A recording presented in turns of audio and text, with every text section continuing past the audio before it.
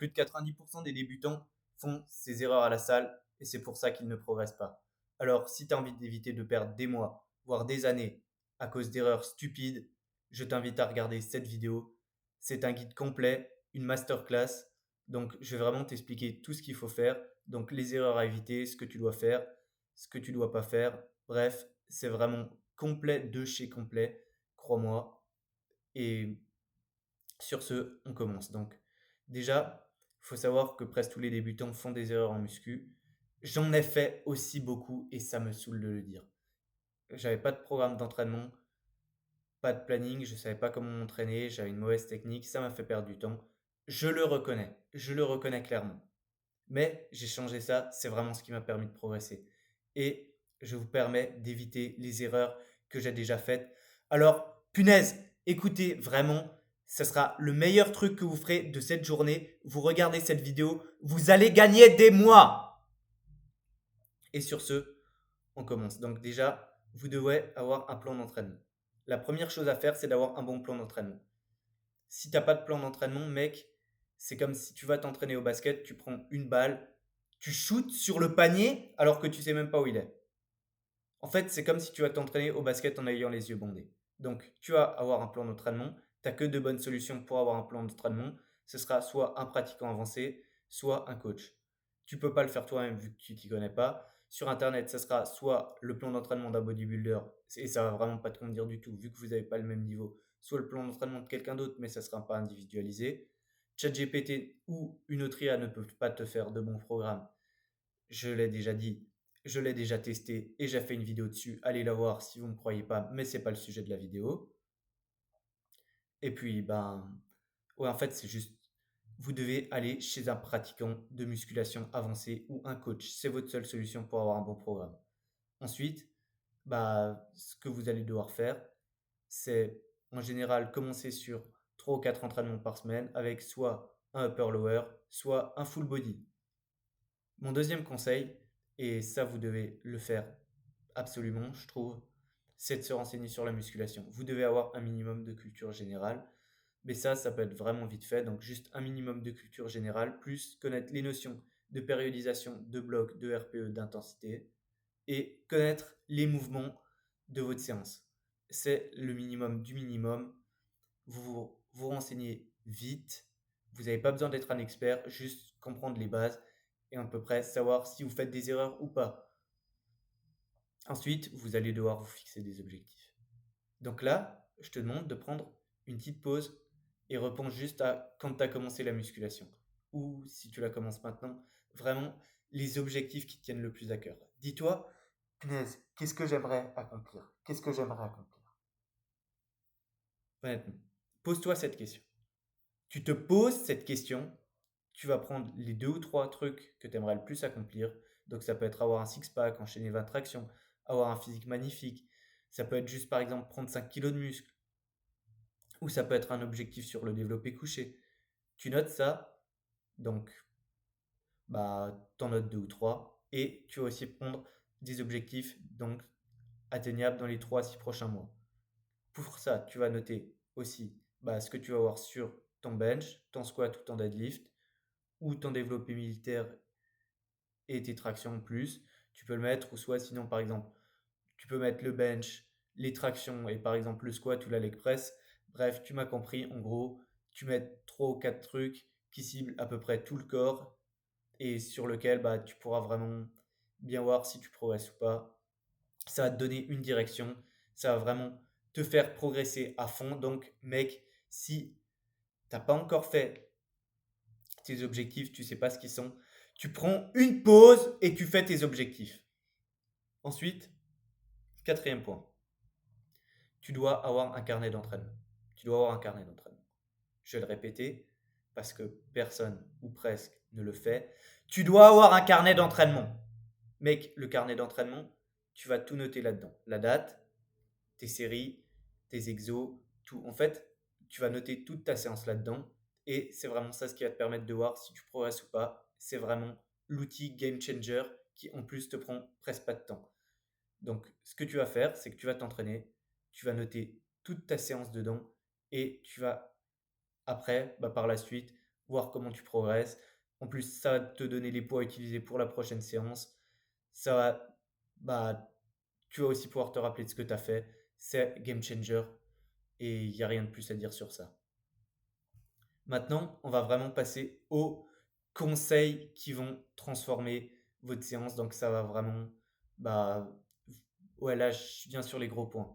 Avant, c'était que des petits points de sécurité. Maintenant, on vient sur les gros points. Donc, vous allez devoir maîtriser la forme de vos mouvements, mais surtout des mouvements lourds. En fait, les mouvements lourds, vous devez avoir une forme presque parfaite. Après, sur les mouvements légers, en fait, ça va juste être du ressenti et de l'amplification musculaire, être proche de l'échec. Donc, le polyarticulaire, vous devez avoir une très bonne forme. Léger, vous allez juste devoir mettre de l'intensité.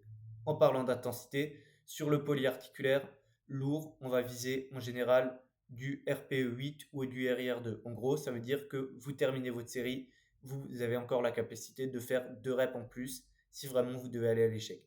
Environ. C'est ça ce qu'on va viser. Et sur les exercices légers, on va vouloir aller à l'échec. Vous devez aller à l'échec. Il n'y a pas d'autre possibilité. Mec, t'as envie de prendre, t'as envie de transformer ton physique, va falloir mettre de la putain d'intensité. Il n'y a rien d'autre à dire en fait. Maintenant que je te dis ça, ce qu'il va aussi falloir faire, c'est surcharger. En fait, vous devez instaurer une surcharge progressive. Qu'est-ce que c'est qu'une surcharge progressive? En fait, c'est vous augmentez soit le poids, soit le nombre de reps que vous faites chaque fois que vous arrivez à atteindre votre objectif. Donc, par exemple, si vous faites un 4x6 au bench, première série, vous arrivez à terminer vos 6 reps, deuxième série pareil, troisième série pareil, quatrième série pareil. Donc, au total, vous avez fait vos 24 reps. Prochaine fois, tu augmentes le poids. C'est même pas négociable en fait. Tu dois te dire dans ta tête, ok, cette séance, soit je viendrai à l'échec sur cet exo, soit, en fait, j'ai juste augmenté le poids pour la prochaine séance. Il n'y a que ces deux possibilités. Il n'y a que ces deux possibilités. Maintenant, temps de repos, vous allez devoir prendre, on va dire, 2 minutes à 2 minutes 30 pour les gros exos, vu que vous débutez, on ne va pas prendre plus. Et 1 minute 30 pour l'isolation. Vous pouvez même prendre un peu moins si c'est vraiment de l'isolation légère ou vous faites beaucoup de reps. Et ouais, ça, c'était les conseils sur l'intensité. Avant que je continue, je vous invite vraiment à vous abonner. Vous allez voir, ça va aussi vous permettre de booster votre progression. C'est un conseil en plus. Et franchement, ça coûte rien. Ça vous soutient vous, vu que vous allez vraiment mieux progresser. Et ça me soutient aussi moi. Donc, je vous en remercie profondément. Et sur ce, je continue. Donc maintenant, j'ai à peu près vu tous les petits conseils que je comptais voir sur l'entraînement. Et on va passer à la nutrition, qui est aussi un sujet que vous posez beaucoup. Donc, j'ai déjà fait une vidéo dessus. Maintenant, je vais vite la résumer. Ce que vous voulez faire, si vous voulez prendre un peu de poids, ça va être d'instaurer une légère surcharge calorique. Alors mec, ne bouffe pas trop. Ne bouffe pas trop. Si ton objectif quand tu viens à la salle, c'est d'avoir un physique de rêve, est-ce que tu crois vraiment qu'en te transformant en gros porc, tu vas te rapprocher de ça? Non. En gros, ce que vous allez devoir faire, c'est chercher à prendre 0,5 kg à 1 kg par mois. Vous pouvez prendre à la limite un peu plus, mais c'est déjà bien. Surtout que vous débutez, vous allez aussi prendre en force. Allez, visez 1 kg par mois, c'est vraiment le meilleur chiffre que je peux vous donner. Si tu fais une sèche, je te conseille aussi de sécher assez lentement. Surtout qu'en plus, si tu commences la muscu, tu vas encore gagner du muscle. Donc, même si ton poids ne change pas trop sur la balance, ta composition corporelle, elle change et c'est vraiment ça qu'on veut. En fait, la balance, il faut la regarder comme un indicateur. Mais entre un gars qui fait par exemple 1,60 m, qui pèse 80 kg, qui est à moitié obèse et qui a jamais fait de sport dans sa vie, et un autre gars qui fait par exemple 1,80 m et qui a un 80 kg avec un six-pack, on ne peut pas comparer les deux choses. C'est complètement différent. C'est complètement différent. Donc ne regardez pas la balance. Et même si vous faites la même taille, en fait, vous pouvez avoir le même poids avec 10 kg de muscle en plus et 10 kg de graisse en moins. Ou l'inverse. Donc ne regardez pas trop la balance. La balance, c'est juste un indicateur. Et sur ce, on va aussi regarder la récup.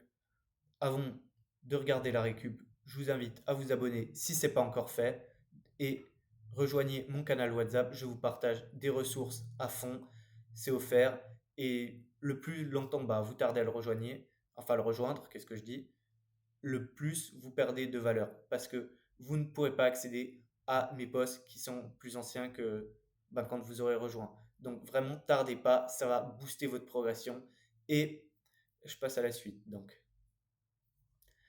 Donc, en récupération, qu'est-ce que vous allez devoir faire?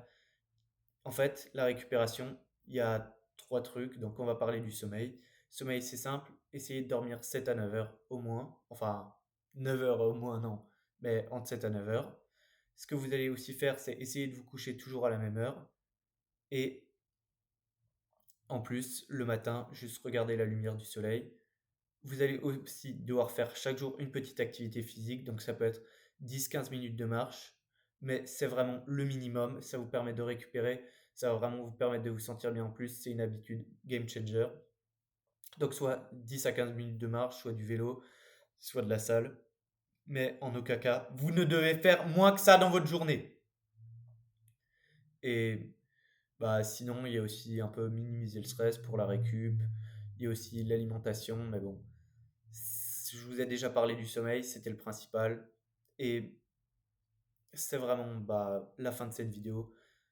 Je sais que je ne suis pas rentré totalement dans tous les détails. Si vous avez des sujets que vous voulez aborder, n'hésitez vraiment pas. Mettez-les dans les commentaires en dessous et je les traiterai. Je regarde toujours les commentaires. Je réponds des fois à certains si j'ai quelque chose d'intéressant à répondre. Ça me fait vraiment plaisir en plus de voir les commentaires. Et si vous êtes toujours là, je vous invite à vous abonner et puis vraiment à rejoindre ce canal WhatsApp. C'est que bénéf pour vous. Et à plus.